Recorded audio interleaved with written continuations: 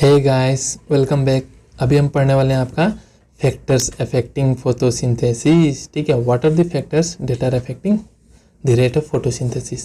ठीक है, so internal plant के इंटरनल फैक्टर्स हो सकते हैं या वेरियस एक्सटर्नल फैक्टर हैं जो आपका फोटोसिंथेसिस का रेट को डिटरमाइन करते हैं। जैसे कि बात करो number, size, age and orientation of leaf. जितना ज़्यादा लीफ, जितना बड़ा साइज और जितना कम एज और जितना अच्छा ओरिएंटेशन, उतना ही ज़्यादा फोटोसिंथेसिस होगा। जितना ज़्यादा मेसोफिल और क्लोरोप्लास्ट होगा उतना ही ज़्यादा क्लोरोफिल होगा और उतना ही ज़्यादा फोटोसिंथेसिस का रेट होगा। कार्बन डाइऑक्साइड कंसंट्रेशन जितना ज़्यादा, फोटोसिंथेसिस का रेट उतना ही ज़्यादा। जितना ज़्यादा क्लोरोफिल, ऑब्वियसली उतना ही ज़्यादा फोटोसिंथेसिस होगा। सो ये सब कुछ इंटरनल फैक्टर्स है जो डिटरमाइन करेगा in some external factors like sunlight, temperature, carbon dioxide concentration and water. ठीक है, सो इसको हम वन बाय वन पढ़ेंगे और एट दी एंड बहुत अच्छा अच्छा क्वेश्चन करेंगे। ठीक है, so coming to the light. ठीक है, सो लाइट जो है प्लांट के लिए कभी एक लिमिटिंग फैक्टर होता ही नहीं। It is rarely A limiting factor. क्यों पता है?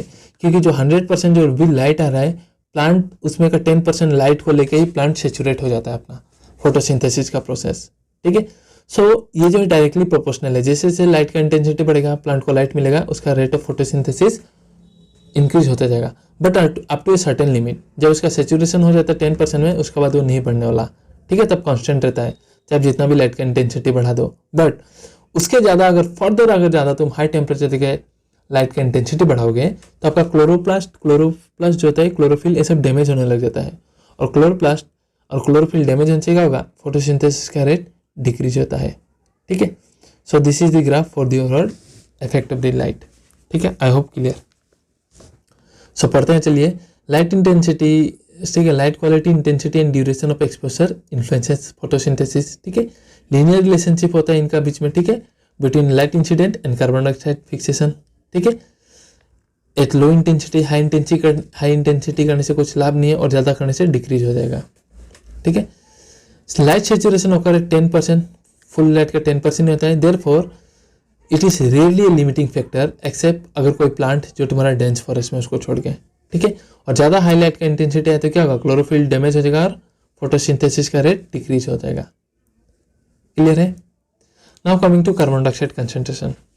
सो carbon dioxide is a major limiting factor for photosynthesis. ठीक है, क्योंकि इसका कंसंट्रेशन एटमॉस्फेयर में बहुत लो होता है 0.3 to 0.4% होता है। ये इंक्रीज हो सकता है अप टू 0.5%। ठीक है, जिसके वजह से कार्बन डाइऑक्साइड फिक्सेशन रेट क्या होता है आपका? बढ़ जाता है। ठीक है, और इससे ज़्यादा अगर ये हो गया सो ये डैमेजिंग हो सकता है अगर इससे ज़्यादा भी कंसंट्रेशन हुआ तो। So at low light intensity, अगर लाइट का इंटेंसिटी कम है, then C3 and C4 plant do not respond to high CO2 condition. ठीक है, but at high light intensity they show increase rate of photosynthesis. मतलब कि लो लाइट इंटेंसिटी में ये उतना रिस्पॉन्ड नहीं करते CO2 को, हाई कंसंट्रेशन ऑफ CO2 को। बट हाई लाइट इंटेंसिटी में ये इनका रेट जो है ओब्वियसली बढ़ जाता है फोटोसिंथेसिस का। ठीक है, याद रखिएगा एक डाटा कि C3 C4 प्लांट जो है सेचुरेशन दिखाता है आपका 360 माइक्रोलीटर पर litre carbon dioxide concentration, and C3 plant जो होता है वो आपका 450 दिखाता है माइक्रोलीटर पर लीटर ऑफ CO2 कंसंट्रेशन। ये दोनों का डाटा याद रखिएगा, कितना में सेचुरेशन दिखाता है। ठीक है, ये याद रखना है। Thus, availability of CO2 level is the limiting factor in C3 plant. ठीक है, क्योंकि C3 प्लांट को क्या होता है आपका? ज़्यादा चाहिए होता है। ठीक है, due to the response of high CO2 concentration C3 plants को increase photosynthesis and higher productivity. C3 plant में सिंस उनको कार्बन डाइऑक्साइड कंसंट्रेशन ज़्यादा होता है तो उनका प्रोडक्टिविटी भी हाई ज़्यादा होता है। ठीक है, जिसके वजह से यही कारण है कि ग्रीन हाउस जो क्रॉप्स होते हैं जैसे टोमेटो, बेल पेपर। ठीक है गाइस, करंट चला गया so leave it my face, अब बस देखिए। ठीक है, बात को सुनिए।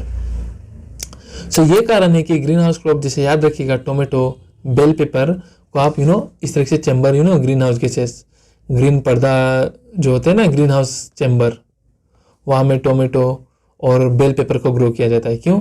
बिकॉज वहाँ कार्बन डाइऑक्साइड का कंसंट्रेशन बहुत ज़्यादा होगा। सो जितना ज़्यादा कार्बन डाइऑक्साइड कंसंट्रेशन ज़्यादा होगा उनका प्रोडक्टिविटी उतना ही ज़्यादा होगा। ठीक है, तो ग्रीन हाउस क्रॉप कौन सा है? तो टोमेटो एंड बेल पेपर याद रखिएगा। ठीक है, सो आगे फिर से। सो टेम्परेचर, आइए नेक्स्ट फैक्टर पे बात करते हैं हम, टेम्परेचर पे। सो temperature is obviously very important factor because आपका जो भी डायरेक्ट रिएक्शन मतलब क्या, खाना बनने का रिएक्शन जो स्टोमा में होता है वो क्या होता है, एंजाइमेटिक होता है। और आपको पता है एंजाइम्स क्या है, enzymes are nothing but enzymes are protein. और प्रोटीन को अगर टेम्परेचर हाई दिए तो इनएक्टिवेट हो जाएगा, लो टेम्परेचर दिए हाई दिए तो डीनेचर हो जाएगा, टूट जाएगा, और लो दिए तो इनएक्टिव हो जाएगा। ठीक है, so it is the direct reaction is temperature control, because खाना बनना मतलब एंजाइमेटिक रिएक्शन होता है आपका। ठीक है, so influence of temperature on light reaction is very less. The C four plant respond to high temperature, हमको पता है सीफर प्लांट हाई टेम्परेचर को रेस्पॉन्ड करता है, therefore so high rate of photosynthesis.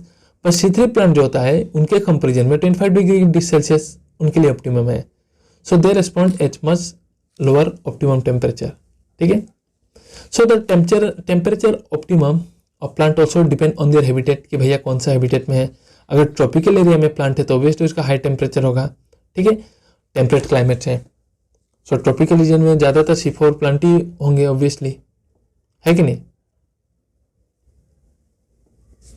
सो आते हैं next factor, that is your water.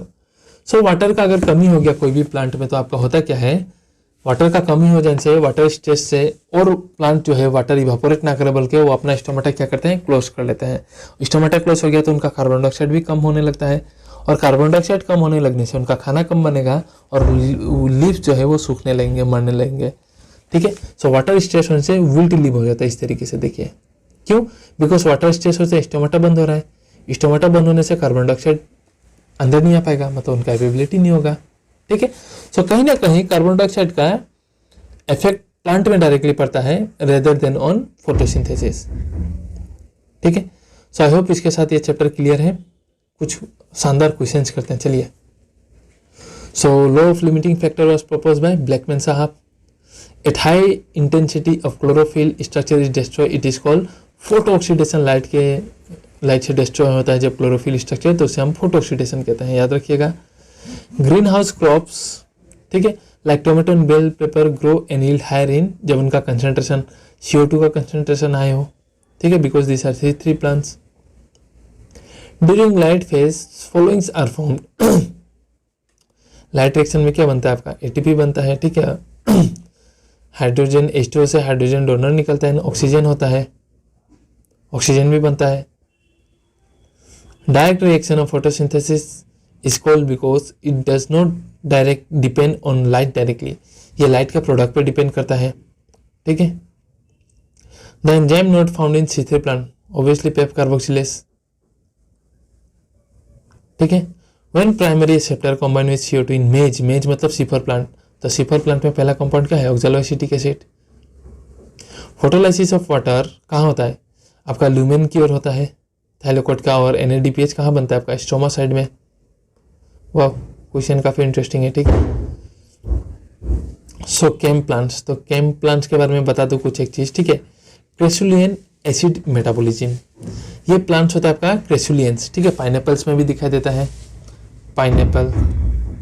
ठीक है, पाइनएप्पल, और फिर आपका ओपुन्सिया कैक्टस। सो केम प्लांट बेसिकली होते क्या है, ये डेजर्ट एरिया में ग्रो होते हैं। सो डेजर्ट में हाई टेम्परेचर होने का वजह से ये अगर स्टोमेटा खोले दिन में तो इनका सारा वाटर जो है ट्रांसपिरेशन से लॉस्ट हो जाएगा एंड इनका सर्वाइवल एबिलिटी कम हो जाएगा। इसलिए ऐसा प्लांट क्या करते हैं, केम प्लांट रात को, नाइट को एटमॉस्फेयर नाइट्रोजन को फिक्स करते हैं। Atmospheric carbon dioxide, not nitrogen, carbon dioxide को रात को फिक्स करते हैं। ठीक है, so pineapple, opuntia, succulents are this example. ठीक है, so in CAM plant one kind of photosynthetic cell with reaction occur at different types. ठीक है, ट्रांस मेम्ब्रेन ATPs का कौन है भाई, F0 है, CF0 हमको पता है। ठीक है, जेड स्कीम में क्या होता है आपका, अपहिल और डाउनहिल दोनों होता है, बिकॉज इलेक्ट्रॉन एक्सेप्ट किया तो अपहिल गया, फिर डाउनहिल आया, फिर से अपहिल जाता है, सो दोनों होता है भाई। ठीक है, मैं थोड़ा फैक्टर्स के बारे में क्वेश्चन देख रहा था, let so guys that is क्या बोलते हैं आपका, फैक्टर्स अफेक्टिंग फोटोसिंथेसिस का क्वेश्चन मिला नहीं मेरे को। सो जितना मैंने बता दिया स्लाइड उतना ही काफ़ी सफिशिएंट है। इसके बाद NCERT पढ़िए, वैसे भी समझ में आ जाएगा। ठीक है, और जो कुछ क्वेश्चन है तो वो मैं चैप्टर वाइज फिर से और इम्पोर्टेंट क्वेश्चन टॉप 50 क्वेश्चन कराने लगूंगा कुछ समय बाद। ठीक है, एक्लाइट become a very tedious process हो गया है, मैनी क्लासेस, ऑनलाइन क्लासेस रहता है, ऑफलाइन क्लासेस रहता है, उसके बाद ये सब, so it takes a lot of time and efforts. ठीक है, सो एक क्वेश्चन इसी कर लेते हैं, साइक्लिक नॉन साइक्लिक में इलेक्ट्रॉन ट्रांसपोर्ट का चेन क्या है। सो प्लास्टोक्विनोन, फिर साइटोक्रोम B6F, देन क्या है प्लास्टोसाइनिन, ठीक है। सो डोंट वरी गाइस, मैं सारा क्वेश्चन लाऊंगा। Hope you guys like the video. ये चैप्टर पूरा खत्म हो गया है, अच्छा लगा तो अपने दोस्तों के साथ शेयर जरूर कर देना, ठीक है, ताकि उनको भी समझ में आओ। कोई सजेशन हो तो कमेंट सेक्शन में बताना। So thank you very much देखने के लिए, ठीक है।